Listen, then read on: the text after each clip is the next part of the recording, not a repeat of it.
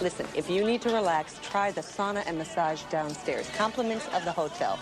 Oh, and be sure to ask for Max. Talk about magic fingers. Magic fingers? Gosh, isn't that just what I need?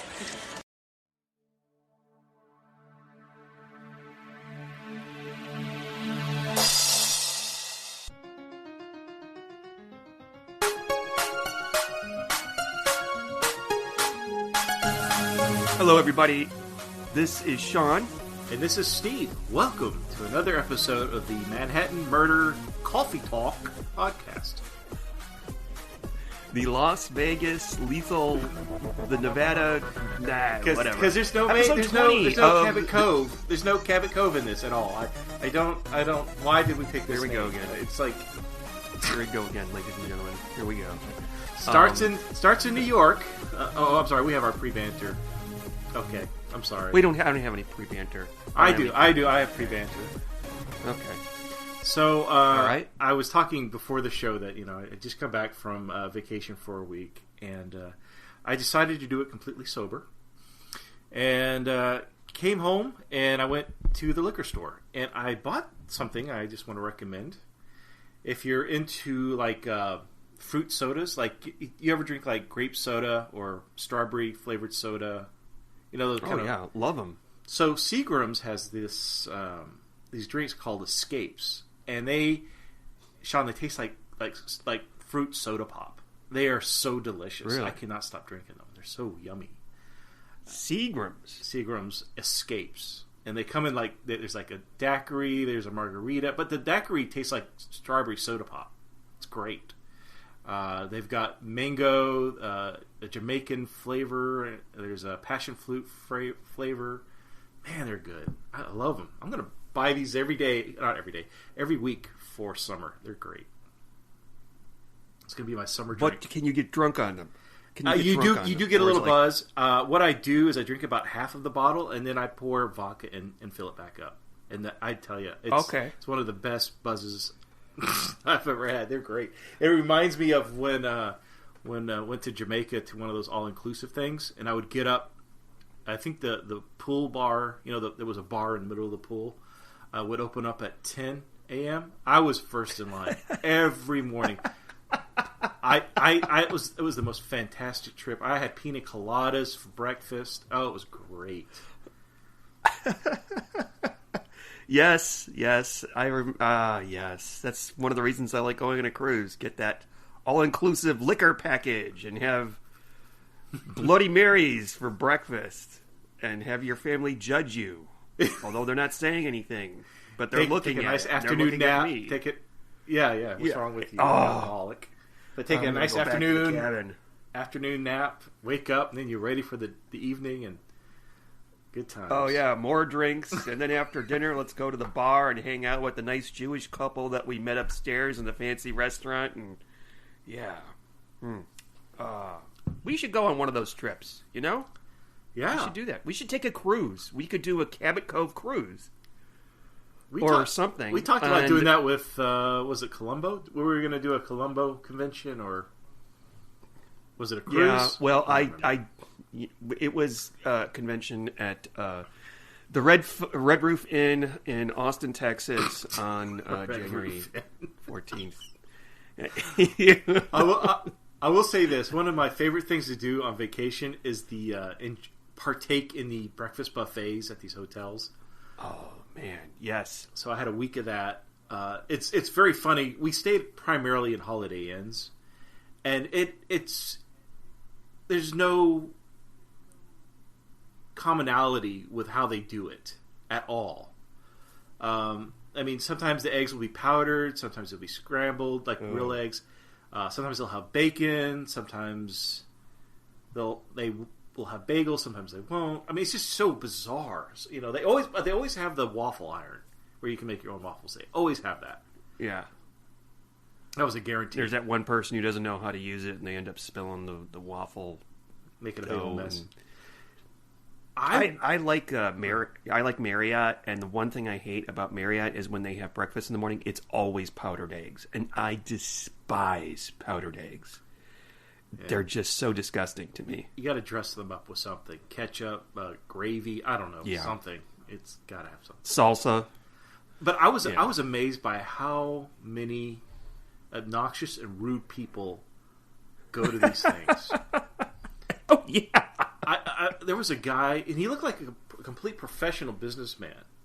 But he ate with his mouth open, and he made that loud smacking sound as he's eating, and he's sucking on his teeth as he's walking by, going up to get a third plate of eggs or something.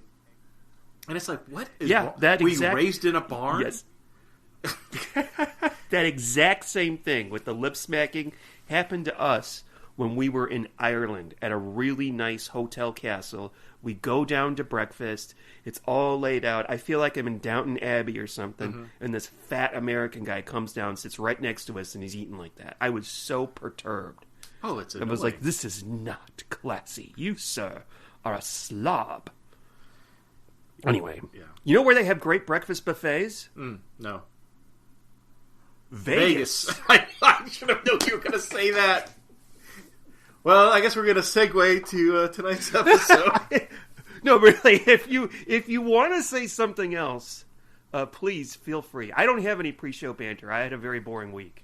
Okay. Oh, I got a new job, and I'm going to quit my old job. Or so this week is just do they know? Vacation So just not I got show 3 up. more days of my job, and then 4 days of goof off. We need you to go to court on Friday. Oh, I'm sorry. I'm not there. Okay. Bye. So, a killing in All Vegas. Right. Yes. Yes. You and I have history with Vegas. Or not Vegas. No. I was thinking L.A. Never mind. We don't have a history in Vegas. We've never gone. Wait to a minute. Vegas We have history of Vegas. I was thinking LA, LAX. I'm sorry. Never mind.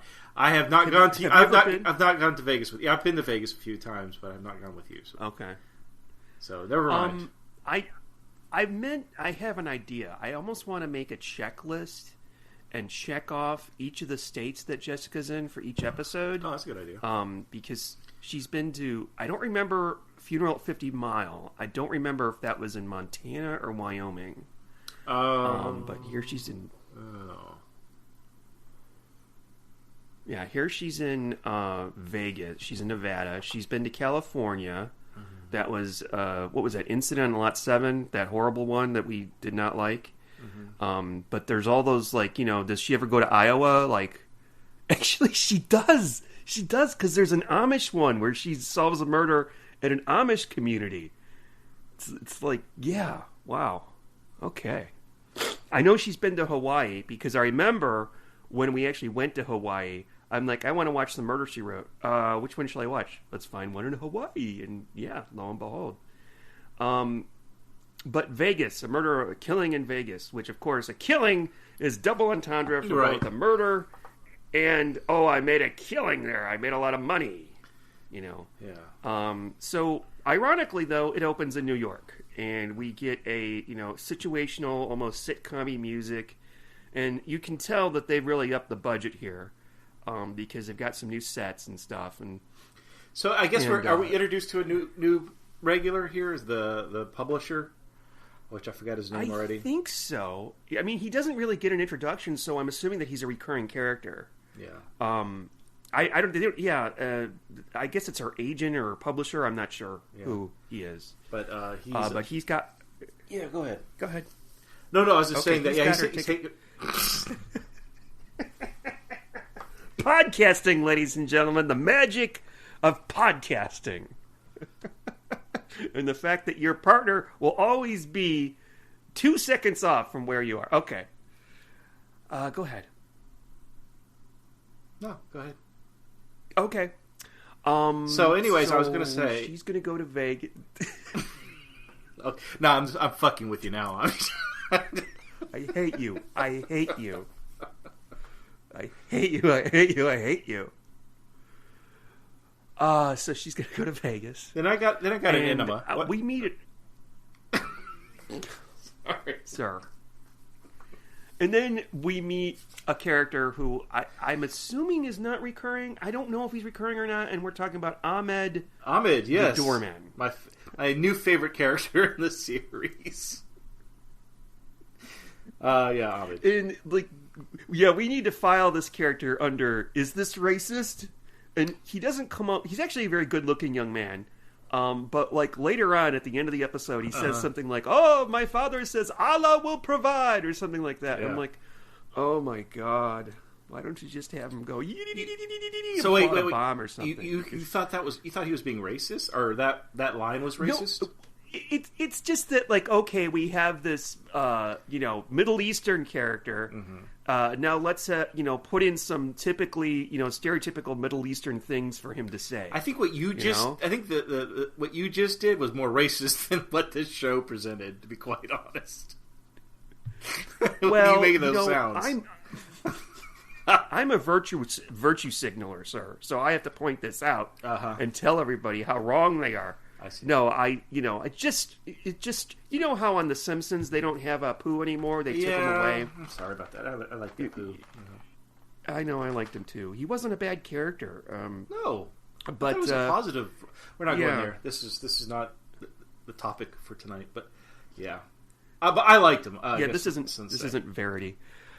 So he gives her $20 to bet on number 14 on the roulette table, right? Because he's the 14th. Oh no, he has 14 siblings. Today's the 14th, and I don't remember what else. The 14 something else. He has 14 siblings. It's the 14th. His 14th month in New York. And what was the other 14? Oh yeah, I forgot. But what happened to the other doorman that we saw in the? Or the lady who had the mansion? Remember her brother with the hawk and all that? Threshold of Fear. Right. It's strange that you should bring that up because I'm going to bring that up again. He's next season, so I don't know. Interesting. Okay. Yeah. Well, anyways, yeah. So this publisher, he's sending Jessica off to this booksellers convention in Vegas. And while she's there, he's asked Jessica to look in on his daughter Susan because he hasn't heard from her in a while. Apparently, she's working at the same hotel, so he had set her up to go to that hotel to stay specifically so he could spy, or so Jessica could spy on his daughter. Right. Great. And we're introduced when we get to Vegas before the murder occurs. And if you are a bloodthirsty person, although this is no Snow White Blood Red. But there are 2 murders in this, and we'll get there.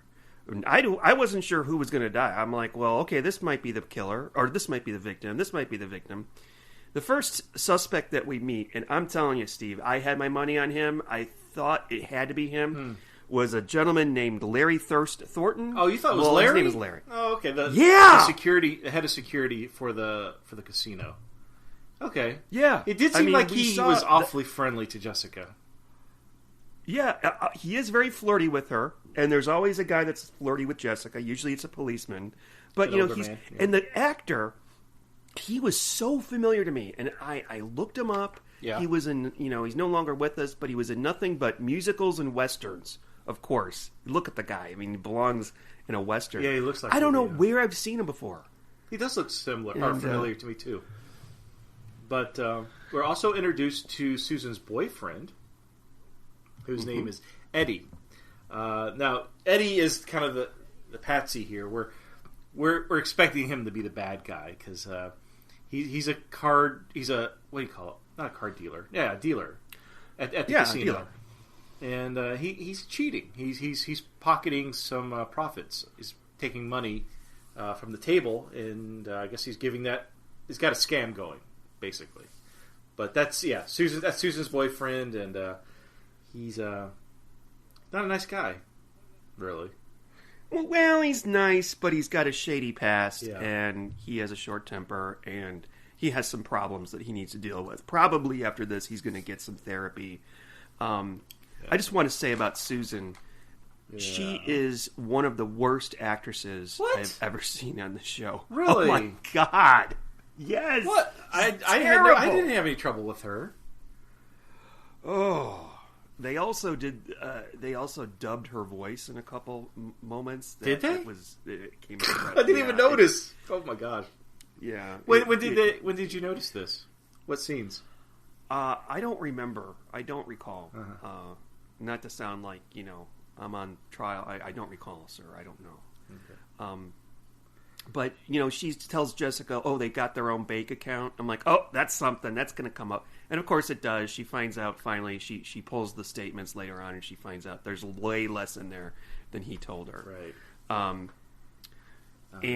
Let's see, who else is there? Alice, there's a whole litany of characters. Yeah, well, we introduced Alice. She's the one that kind of corrals Jessica around the convention and the casino, so kind of keeping her appointments. Saying you've got a cocktail tonight or cocktail dinner tonight. You've got book signings tomorrow at 10. Or whatever. She's kind of scheduling Jessica's day. Yeah. I don't know what she's an employee of the hotel because she has an office there, but I put her down as a publicist. I didn't know what to call her in my notes. Yeah, I wasn't really sure what she was either. She worked for the hotel, so I wasn't really sure what her job was. Yeah. But I liked her line about, I guess Jessica's tired after flying from New York to Nevada. And she says, "Oh, well, you just gotta meet Max. He's got magical fingers." And and what Jessica say? Something like, "I'm all for magical fingers," or something like that. I don't know about Max. I'm like, holy cow, is that something else they're talking about? But yeah, this hotel. We should say this hotel. What was the name? It's called McSorley's. McSorley's. Yeah, it's a hotel casino. So it's kind of in financial trouble. They even mentioned that when Jessica shows up. Oh, you're going to bring in a lot of classy clientele. The hotel really needs somebody like you to stay here. And but yeah, they were going through a buyout or something like that, and so they completely redid the hotel. They redid the casino. And I think even at one point when Jessica notices the cameras in the elevator, which will be used, we'll provide some clues. But Alice says, "Oh yeah, they spared no expense." And I'm thinking, that scene just happened after I heard about Max. And my mind... I'm sorry, it goes back to Doctor Who for me. You know where I'm going with this? You're kind of giggling. Oh, yes, Voyage of the Dam. Voyage of the Dam. I'm Max. Yeah. Yeah, and he was a body in a robot box. Not a body, I'm sorry, a head on a robot box. Body thing. Yeah. I'm not even sure what the fuck. What is it? What was his little go-to line? Like in his commercial, "I'm Max." No, I don't it's know. like Anyway. I spared no expense or something like that. I have to watch it again. But I spared no expense was Dr. or Mr. Hammond's line in Jurassic Park when he's taking them on the tour at the beginning. Oh, I wonder if I'm getting those mixed up. He goes, "That's the voice of Richard Kiley. I spared no expense." And Richard Kiley, of course, was a Columbo murderer in A Friend in Need. Oh. Or Indeed, I'm sorry. So Alice is like, "Hey, Jessica, let's go up to the penthouse. There's a cocktail party going on." Mm-hmm. And so she brings her up there, and we're introduced to Wes McSorley. Yes. Now, this is the one actor in this that I recognize. Do you recognize this guy? I know I've seen him, and he has to have been in a Columbo. He was not in a Columbo. Really? Okay. His name is David Soul. Okay. He was one half of Starsky and Hutch, and he was in the episode of Murder, She Wrote. Yeah. Yes, he was in that episode where he played the Threshold of Fear that you brought up a little while ago. He played a psychiatrist. He was, I can't remember. I think he was the victim in that one. But do you remember? It is that episode, he was. Right? He was the guy that was he? Yeah, he was like a psychiatrist, and he was. I'm trying to remember what his profession was, but he was an art dealer. He was going to open an art studio or something like that. Yes, this is. It's coming back to me. Okay, but yeah, that's the only guy that I recognize. But he's also, for me personally. But he wasn't. He wasn't the killer in that one, though. Just FYI. No. Spoiler. So also he was in this great Stephen King movie called Salem's Lot from the 70s. Wonderful movie. So yeah, we meet him. His wife. We meet McSorley's wife, Catherine, who's always drunk. Another drunk wife. But she's important, and we'll get to it. Frankly, she was suspect number 2 for me. I kind of thought it might be her. But okay. We also introduced to the second other half of the ownership of the hotel, which is Jerry Pappas, who's the casino manager. Pappas. And he also has a very successful chain of restaurants in Houston, like Papa Do's, Pappas Burger, Papa. Now he looked familiar. For those of you who don't know what I'm talking about, he looked familiar too. What's he from? Okay, so I looked him up because I think that he looks like some other actor, like Jerry Orbach or something, who's in a lot of other stuff, like some actor that was in like gangster movies or something like that. I don't know. I looked him up and I didn't recognize anything that he was in. But he is. We don't know that he's half owner. He is the sole shareholder, I think, of a company called Seashore Properties, and that's basically the half owner of the casino hotel. And he and McFeely or whatever his name is. Let's see. Who? What? What's his name again? McSorley. Yeah, McSorley are having kind of a disagreement about something, and it's briefly shown, but we're not sure what it's about. It's just business, something having to do with the hotel business. Also, we forgot to mention Frank, and some of these guys look the same. So I was starting to get confused. Frank and Jerry Pappas look similar to me. Like I would, yeah. Which is interesting because they're the dead guys. They're both dead. They both end up dead. Die. Yeah.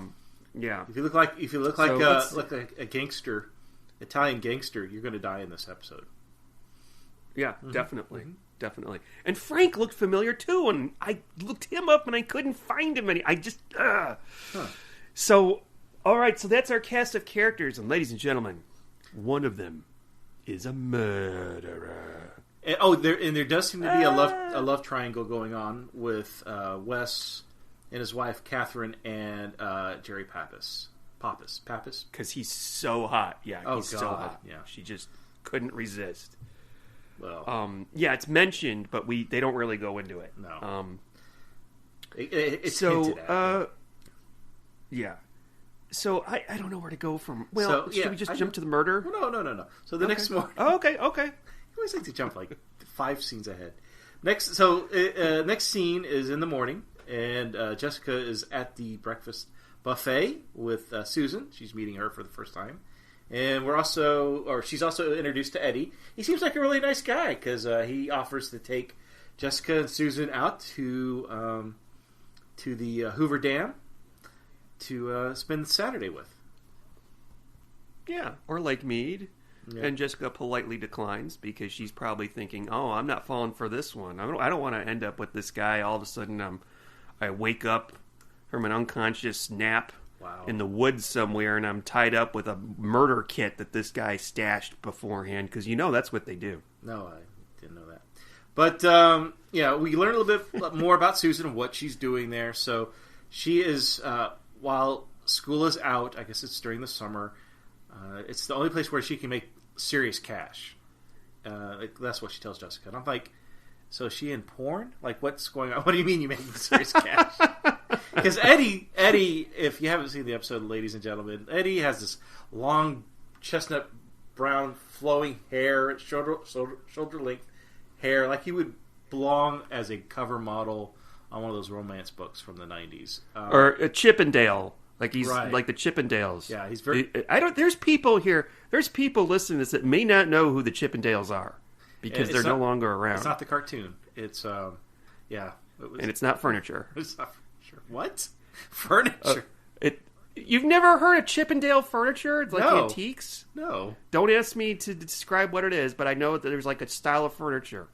Huh. And anyway... But folks, what we're talking about is back in the 70s and 80s, and I think maybe through the 90s. I know there was a murder that occurred.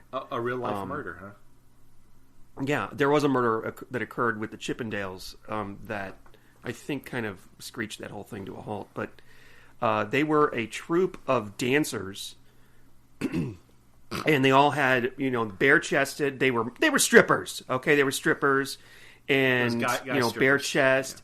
Yeah, long hair. I mean, it is so dated. Like, wow. And they'd have like all their audience was like middle-aged ladies that would show up, and it's so hokey. And they would do these dances, and yeah. And I've never been. No, neither have I. I would. You know what? I have been to a female strip club numerous times. There's a couple here in town, but I've been to one in particular. Yeah. Part of a Christmas party, office Christmas party. I went. An office Christmas party? Yes. A group of us decided after the party. Oh, this wasn't like sanctioned by the law firm. No. And one girl ended up going into the strip contest, and she won second place. Very good. Okay. And we were all proud of her. She took her top off too. Huh? She took her top off. Oh, wow. And we were drunk. It's okay. Yeah, I kind of imagined you were. But anyways, we also find out that Eddie is being watched by security for the aforementioned, cheating. So the hotel casino is on to him. They know that every time he works a table, that they always lose a little bit of money every time he's the dealer. So they're watching him. They've got cameras trained on him. And while Jessica's getting a tour of the security office with Larry, she sees Eddie on camera, and she's like, "Oh shit, this guy is bad news." Because he's and they even say, I think even Larry says, like, "Yeah, we're after him. We know he's doing something. We just haven't caught him yet." Fast Eddie. But I think the control panels in the security room, I've seen that so many times in Columbo, and other Murder She Wrote episodes. I think that prop gets used a lot at NBC. Or really? I did not notice that. Yeah, I did notice one thing, and I have to look at this again to see. I'm not gonna, but I would need to. The same little old Asian couple keeps showing up every time there's a scene in the casino. Yes, I noticed that too. Talking about? Yes. It's like, man, they're everywhere. It's that same little old Asian couple. There's probably other people. I think I saw a lady that was at the casino, and then later on, she shows up randomly at the book fair, and she's really acting her heart out in the book fair. She's only on the screen for like 2 seconds. She walks by the camera, and she's emoting the hell out of herself, pantomiming and pointing and stuff. That's acting. Sorry. Brilliant. Thank you.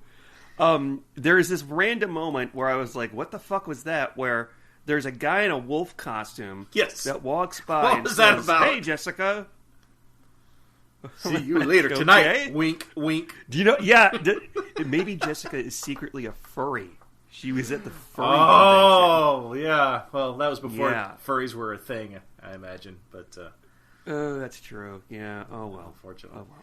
Well, yeah. So this is when Susan, she's in the back, I guess, the break room of the casino, because she's a waitress, by the way. She serves drinks at the hotel or at the casino, and so she's in the back and she's going through the old bank account notice that Eddie had left out while he was taking a shower, and he is pissed that she's going through it because she's noticed it's a lot lower than it really should be.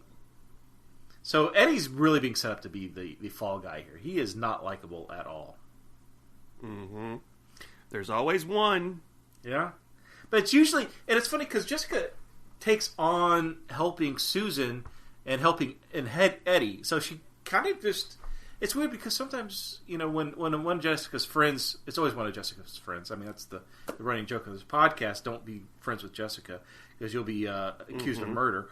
But she always 100% believes that if you're the friend of the episode, that you're innocent. No matter, even if all the evidence points to you being a serial killer, she'll defend you to the end, right? So she does that with Eddie. I mean, she's backing Eddie, even though Eddie's been set up to be a real scumbag. Well, she's doing it because, number one, like, even though he basically, screwed Susan out of money, stole her money probably, but she's pretty sure he's innocent and somebody's setting him up. Mm-hmm. So it's, part of a sense of injustice that she has to step in and help the lieutenant out.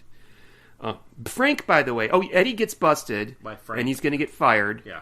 Yeah, but he encounters Frank in the parking lot and punches him, and Frank's his briefcase falls open, and he's stealing chips. This is the thing. Let's say you work at a casino, and you steal a bunch of chips. Why would you bring the chips home with you? Because you would have to cash them in. No, that doesn't make... Never mind. You would probably have to give them to somebody who didn't work there to cash them in, and then give them, percentage, a commission. Yeah. Never mind. I guess. I don't know. You and I would make very good thieves, I think. No, we'd be horrible thieves. We'd be like... We'd think that we were those two guys on Columbo, the two college kids. The professor. But that would be us. It'd be more like Laurel and Hardy committing a crime. So I want to see that. Laurel and Hardy meet Columbo. Okay. So yeah, Eddie attacks Frank for turning him in. Three Stooges. Oh, I think Columbo would love it. But anyways, so Eddie attacks Frank in the parking lot, and because Frank was supposed to protect him, and thought they had a partnership going on, but I guess Frank turned him in. And then Jessica, we do see Jessica scrolling through the. Did we mention that she won? She put the money on from the hotel guy. No, that's right. She puts Ahmed's 20. Yeah, and wins like $20, a couple $1,000 or something. Yeah.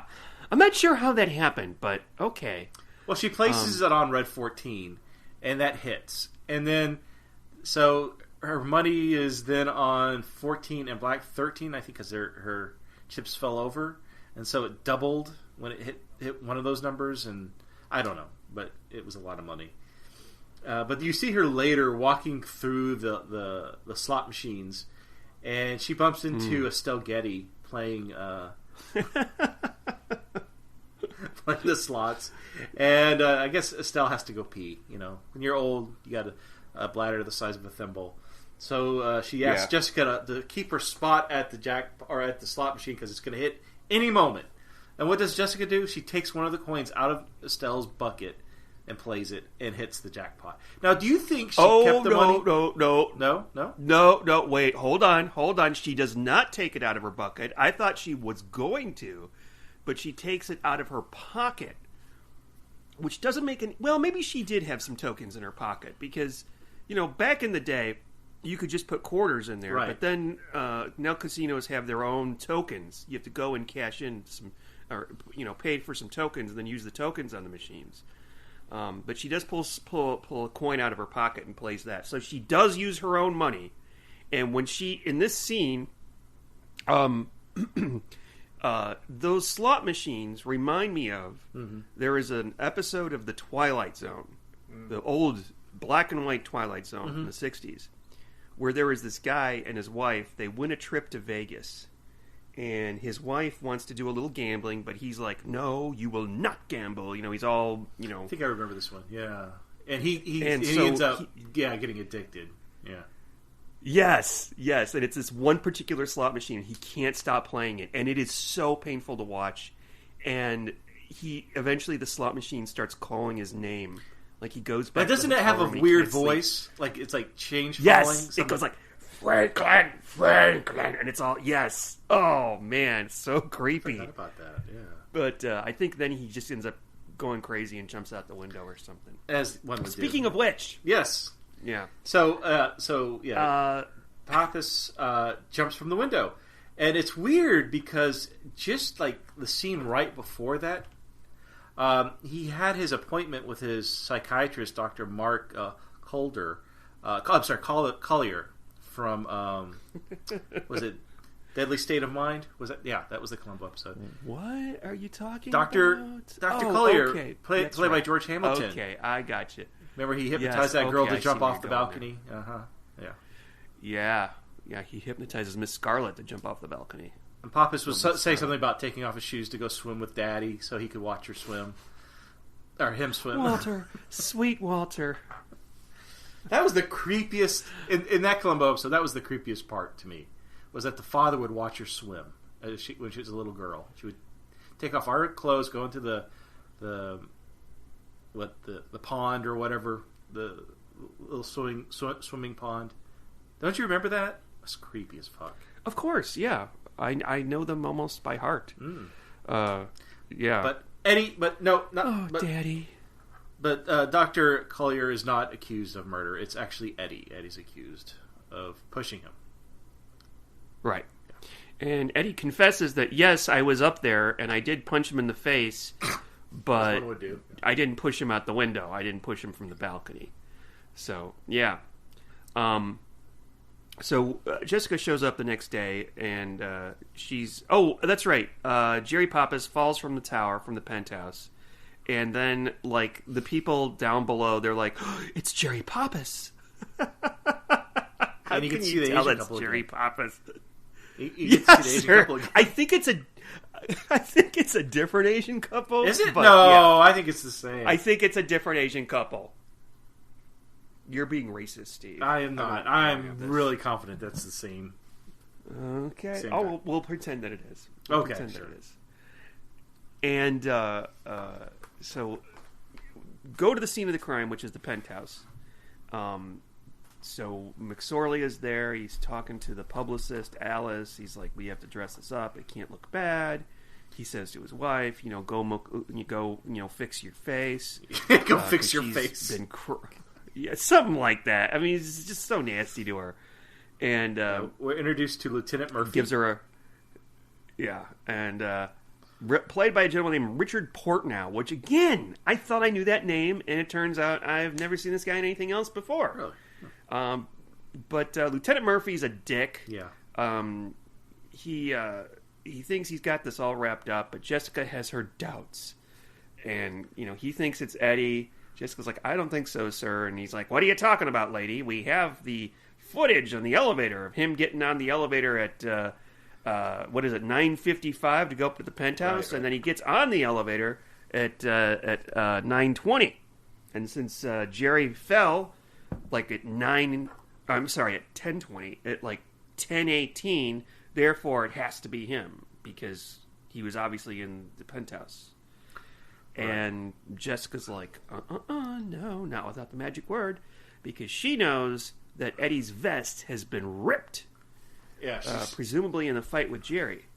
Well, and she also is adamant, because it's a friend of a friend, so it can't have been Eddie. Eddie is not the type, even though he is the type. He's a real scumbag. But we do find out that Eddie has not been going to school, like he's been telling Susan, that during the daytime, he goes to the bus station and does cons on people coming in to steal their money. Mm-hmm. So this guy's a real piece of shit. I mean, I don't... Yeah. I think once I heard that, I'd be like, okay, you got him. You got the man. See you later. Bye. So she's like, if you look at the tape, when he's going down in the elevator, his vest isn't ripped. Mm-hmm. And, it was just ripped in the fight with Jerry. So, obviously somebody doctored the tape and put in footage from another day that he was on the elevator. Which sounds a bit... And like, I would be more willing to believe that Eddie did it in that scenario, to be quite honest. I guess. And she does explain how the murderer did it by saying, they used a coaxial cable to, blah, blah, blah, blah, blah. I'm like, I don't know what she's talking about, but I'll just take it for granted, whatever. So Eddie's in prison. Susan's distraught because he's been stealing money. He's obviously, not a nice person. So we do have Eddie say to Jessica that he thinks there was a woman there because he did notice a silver compact, when he went to go visit Pappas, whatever. Yes. thinking they is. But so that's also another clue. And of course, we see Catherine, or is it Catherine? Wes's wife. She carries around a silver compact as well. So that's when I thought it can't be her now because it's too obvious. Yeah. Earlier in the episode, she drops it on the floor and Jessica picks it up for her, so Jessica knows that it must belong to Catherine. Now, if you were paying very close attention to the episode, you would know who the murderer is by now. But the clue about the compact is brought after the clue in which is the big tell, which is, the clincher, the gotcha clue for Jessica later on, which I thought was clever. I would normally think they'd be the other way around, if you know what I mean. Does it make sense what I just said? No idea. What are you talking about? Okay. All right. Okay. Never mind. Oh, what do you what do you mean? Explain yourself. Okay. So the murderer is Mr. McFeely. Wes McSorley. It is not an easy name to remember. McSorley. Like, would you name a casino after McSorley? Like, come to McSorley's parlor where we treat your ass McSorley. I don't know. I'm trying to think of something. If your name has the prefix Mick, don't use it. Don't use it for your business because I'd be afraid of getting sued by McDonald's. Yeah, because they will sue anybody that has a name similar to this. Oh, it sounds like McDonald's. Let's sue them. Plus McSorley's sounds like an ice cream parlor. Come on down. We've got hot fudge sundaes, caramel sundaes. And then, there's a guy in like a red and white pinstripe suit and a barbershop quartet hat. And you had a really fucked up childhood, didn't you? Yeah, our ice cream parlor, there was one near us. It was called Maloney's. McLoney's? Uh-huh. Mm-hmm. No, not McLoney's, just Maloney's. And, it was, they had those chairs that they used to have at Wendy's. Remember when Wendy's had those chairs with the old-fashioned... Okay, as a kid, now we're going way back. Like, do you remember when Wendy's had the buffet? Wendy's had a buffet? Yeah. No, they didn't. They had a salad, of course. They had a taco bar. They had a baked potato bar. Yeah. They had dessert.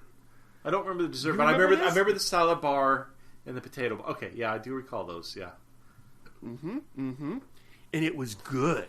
Like, even as a kid, that I didn't like... I loved their salad bar. But they took it down because it was just costing them too much money, and you've got to keep that shit clean, So they're like, oh, this is too hard. Let's just take it down. So they took it down. But before the salad bar, like, think back to Wendy's before that, before the 90s, back when their tabletops were old-timey newspaper stuff. Do you remember that? No. I mean, their tabletops were the Formica, the smooth Formica, but... it had like that clear on the resin, tabletops. Kind of that clear. Yes, the images on the tabletop were of old newspapers, because it was Wendy's old-fashioned hamburgers, and they were trying to push this old-fashioned thing. And the chairs were those ones with they were like the chairs from Poltergeist that get stacked on the table. Am I ringing any bells here? Or vaguely, no? But. I mean, I didn't really go to Wendy's. I don't have the fetish for Wendy's like you do, so I don't think I went to Wendy's that often. We are a... We went to Arby's, and that was when it had the big hat. Remember when they would have that? And, they still have that. Oh, do they? And don't they? And they didn't have all the different sandwiches they have today. But let's see, we went to McDonald's a lot. Remember that? Of course, yeah. That's Whataburger, which is kind of regional. Probably a lot of people don't know what that is. Though, when I was in New Mexico, I did see Whataburger in New Mexico, and I felt betrayed slightly for it. So. Yes, that's how I felt when Alamo Drafthouse went everywhere. I'm like, hey, you can't do that. That's ours. Hey, they have Whataburger and Taco Cabana. Oh wait, no. I think they have one in Atlanta as well. And it's like, fuck you. That's ours. You can't go outside Texas. Yeah, we didn't have Whataburger, obviously, growing up in Chicago. And we didn't used to go to Taco Bell either. I didn't start going to Taco Bell until I was a little bit older. But we used to have KFC. Long John Silver's. Long John Silver's, yes. Still see those every so often. Yeah. KFC when A&W? When it didn't really do the A&W, no. But you still see those every so often. Did you guys have in Chicago? Did you have Captain D's, which was like Long John Silver's? You know what? No, we didn't have Captain D's up north. No. What the fuck are we talking about? Oh, sorry. I got a text. Yeah, okay. Where are we? Who are you? No, I had brain fart. I got a text. A rather curt text from somebody requesting something, and I didn't know what it was initially. But anyway, my point was the chairs in Wendy's that they used to have. They were the same chairs that they had Maloney's Ice Cream Parlor. Why are we talking about this?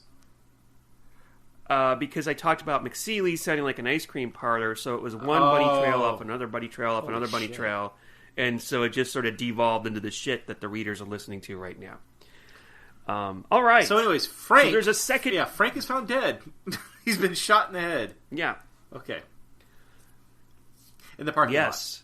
You know, yeah. So Frank's murder is a mystery to me, not because we don't know who it is that killed him. We do find out, but it turns out Frank helped Wes kill Jerry, and then Jerry had to kill him because he didn't trust him. No, Wes had to kill him because Wes didn't trust him, which never a good thing. How did he help him? We see Wes do it at the end of the episode. No, he was setting up Eddie. He was setting up Eddie so Eddie would be the fall guy. Oh, that's right. Yeah. That's right. So, so Jessica's trying to piece this together because the camera footage doesn't make any sense because none of them doesn't have Eddie with a ripped vest. So she's thinking, well, how else can you get into the penthouse on the top floor? And we found out through Larry. And I was thinking Larry could be the killer because he knows too much. Yeah, and he has access to everything, which is usually a bad sign in these episodes. But anyways, he tells her about the fire escape, the stairs.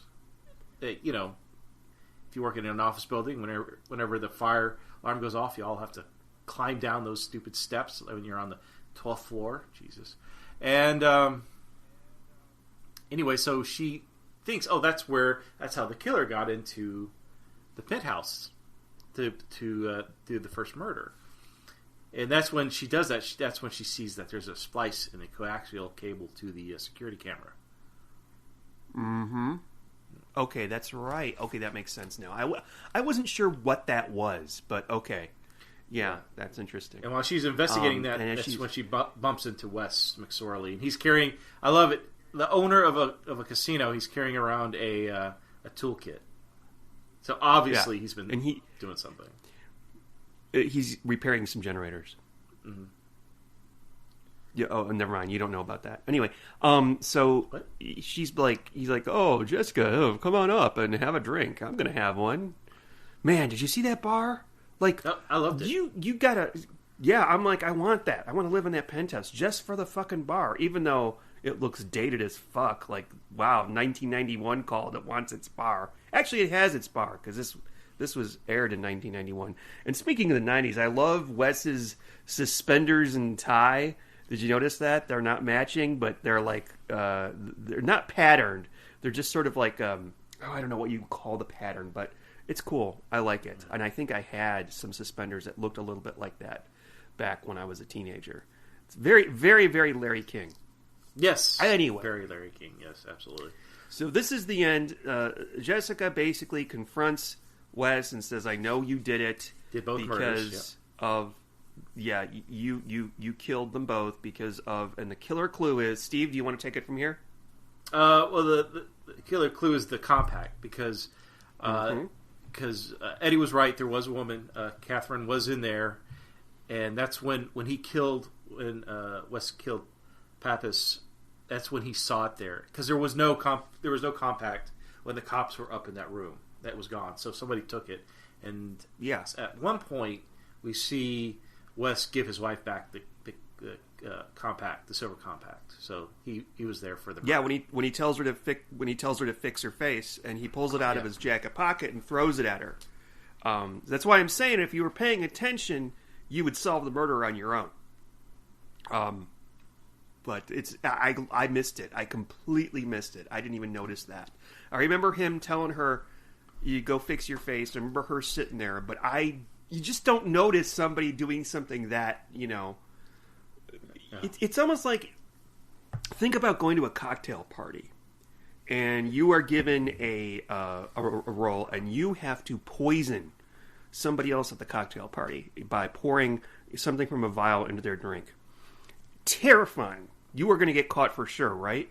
But it's amazing what people don't notice and how much you can get away with when people are, their attention is diverted elsewhere. That's how magicians do their tricks, And that's why magicians won't do their tricks for you again after they've already done it, because if you look too closely the second or third time, you may be able to figure out how they did it. Mm-hmm. And that's what happens here. So he's going to kill Jessica. He's like, "Come on to the balcony with me, Jessica." No, I like she's getting ready to leave the room. He goes, "Oh, no. The balcony's this way." Yeah. He's escorting her to the balcony. Oh, how terrifying. Yeah. So she's going to fall. I just want to say, "Ah!" Just, the scene of her falling. I don't know. I don't like to think of Angela Lansbury falling from a penta. Getting shot directly in the head and dying at the end of the movie, that's fine. Oh, okay. But falling from a balcony, yeah. That's an inside joke. Well, it's not really an inside joke, but Manchurian Candidate, ladies and gentlemen.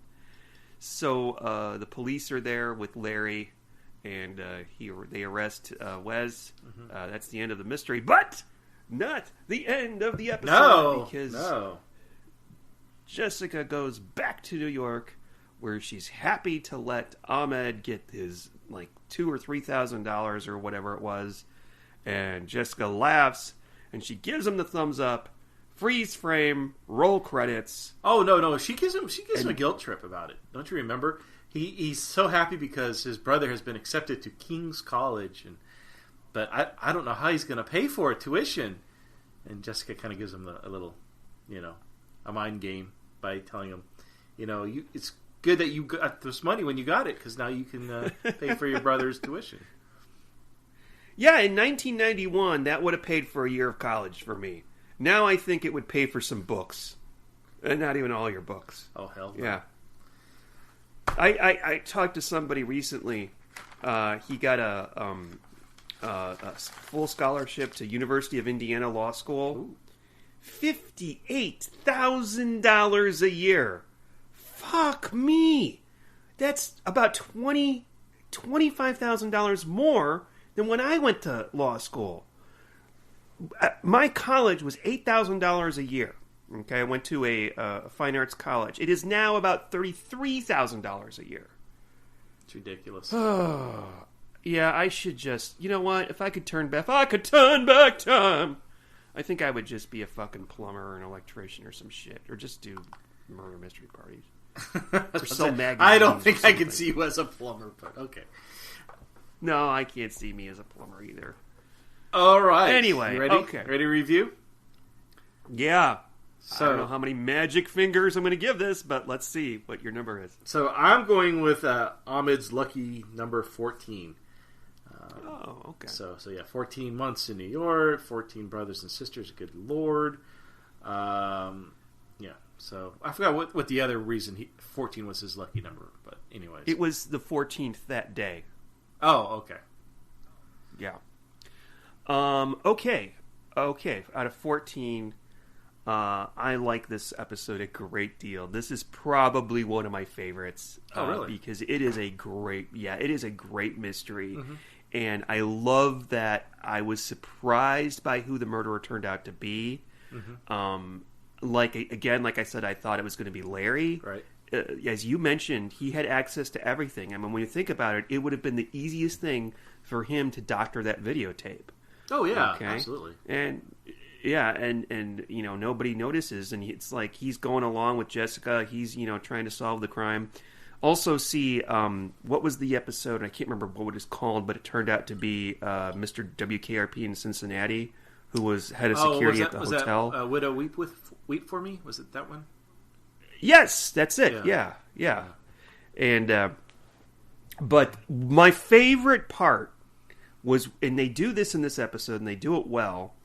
And this is written by a gentleman named Bruce Lansbury, which he is normally a producer on the show. Mm-hmm. And I keep meaning to look up to see what relation he is, if any, to Angela, or maybe it's just a coincidence. But no. I was watching a interview of Angela Lansbury. It was about 5 years ago, and she was talking about her career, just her career in general. But when they got to Murder, She Wrote, she said that she had her family work, and that her son worked on the show as well. So it's probably her son. Oh, okay. Well, he did a good job. It's like season 8, and he's like, "I want to write a story. Come on, Ma, let me write a story." It's a good story. It is good. There's great clues. I love the clues, and that clue with the compact, where he pulls it out of his jacket and he gives it to his wife. That is. I've seen episodes of Murder, She Wrote. Remember when she's talking to Eddie, and there's a close shot of the rip in his jacket. Right. Sometimes the clues are like that. She doesn't say anything about it until the end, but come on, you guys serve that to us in a silver platter. Yeah, I think the camera kind of focus in on that. I want to say. Yeah, and that's okay. That's okay because in the very next scene, she explains the clue, but the clue with the compact was done almost with a sleight of hand. Okay, that's what I love about this. And also the fact that there are, of course, this is a staple for any whodunit. You've got a variety of characters. Some have an obvious motive, some not so much. And I really think that the writer was trying to sort of steer you into, oh, it's Catherine, but of course it's not. Yeah. It's her husband, Wes, and at a certain point when he pops out in that stairwell and she sort of implies that he's the one that did it, I'm like, no, it can't be him. Not that I like the guy or anything like that, but why would it be him? No, that doesn't make any sense. It is him. Cool stuff, good stuff. Really enjoyed this. So I'm going to give this a 13 out of 14. Wow. Loved it. Okay. And that's good because the last couple episodes we watched before this, I was not much of a fan of. So, yeah, good stuff. Okay. Well, I enjoyed it. I thought it was pretty good. I think there was a lot of little humor scenes here and there. By the way, Susan and Eddie break up at the end. Susan ends up coming back to New York. It almost sounds like she's going to be a regular now. I'm not sure, but... Yeah, I didn't know. I mean, yeah, the clues are there for you to discover on your own. Like the compact that wasn't in your face, like some clues. I mean, and Eddie was just a despicable person. He really was. And it was kind of nice to see that Jessica was defending somebody who didn't deserve anything. He was such a jerk. Yeah. So, enjoyable, but I found it kind of, I don't know, by the numbers in a way. I don't know. I felt it was kind of boring. So it wasn't horrible. Oh my God. It wasn't horrible. I'm going to give it a 9 out of 14. So... You can't see me right now, but I'm making my gross face. I just smelled a really bad fart. Okay. So, it's not bad by any means. It's just above average for me. Okay. All right. Very good. All right, cats. Bring in the wheel. Uh-huh. And this is my favorite part of the evening, which I say every single fucking time. And do you pay your cats and then to do this job? Yes, I do. I pay them by not letting them go outside and hang around outside and be sluts and get caught by coyotes. That's unusually dark. Okay. All right. So, Steve, whenever you're ready, go ahead and spin the wheel. All right.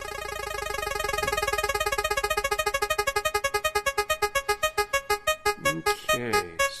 let's see here. We are going to watch an episode called, it's the Wind Around the Tower. The Wind Around the Tower. It looks like it's the 4th episode of Season 9. Let's see. It says, Jessica's trip to Ireland. Ooh. Jessica's trip to Ireland tarnishes more quickly than a pot of gold when her host dies under mysterious circumstances. Do we get to see her cousin again in this one? Because she's over in Europe now? I don't know. Her cousin is in London, by the way, not Ireland. Ireland and... I know that, but she's... getting close enough. I have to read that again in my brogue. Oh, so another Jessica's trip. Something I noticed on that interview, they were showing a scene where Angela Lansbury, she was real young, and she was singing a song, and it was the little bird, I forgot what it was, but it was the song that was sung by her when she was playing the cousin, and I can't think of what her name was. Really? You know how she's singing that song at the beginning of the at the theater? She's doing her performance and she's singing a song. It was the same song, but she performed that. Angela Lansbury performed that for a movie or something else on film when she was much younger. Really interesting. Okay, I can't think of the song. To add something to that, but what's that? Let me do this right quick. Jessica's trip to Ireland tarnishes more quickly than a pot of gold when her host dies under mysterious circumstances. This is one of a few episodes, I think, where she goes to Ireland. The series was fond of Ireland. But speaking of that, do you ever hear the term, I'm being gaslighted, or he gaslighted me, or anything like that? That is actually from a movie called Gaslight with Charles Boyer and Ingrid Bergman. And what Charles Boyer does in that movie is he wants his wife Ingrid Bergman to go crazy, so he fools with the lighting, the gas and the lighting, and tells her we turned it off, and she thinks she's going crazy, but she's not. Well, in that movie was a very, very, very 20 years old Angela Lansbury playing the maid, and they loved her so much she actually got an Academy Award nomination for Gaslight. So. 5-star movie. Go check it out. It's a piece of... it's a pretty good movie. I want to see it again, actually. I'm just saying who's in this episode next week. Oh, John Finnegan is in there. Oh, John Finnegan, you say? Who's John Finnegan? Is he the one that was in all those Columbos? Yes, yeah. He was Barney from Barney's Beanery. Mm-hmm. Yeah, let's see. Richard Reel? He's one of those faces you'll recognize. A bunch of people I don't know. Okay, this is making for fascinating podcast. Yes. Oh, I'm sorry. All right, everybody. Okay, till next week. All right, everybody. With that, say goodnight, Steve. Good night. Good night, everybody. Okay.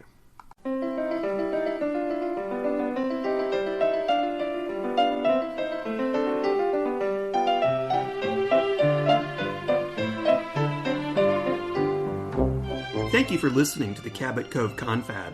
If you've enjoyed it, please leave us a favorable review on Apple Podcasts. Also, feel free to reach out to us on Twitter at Cabot Cove Confab or email us at cabotcoveconfab@gmail.com.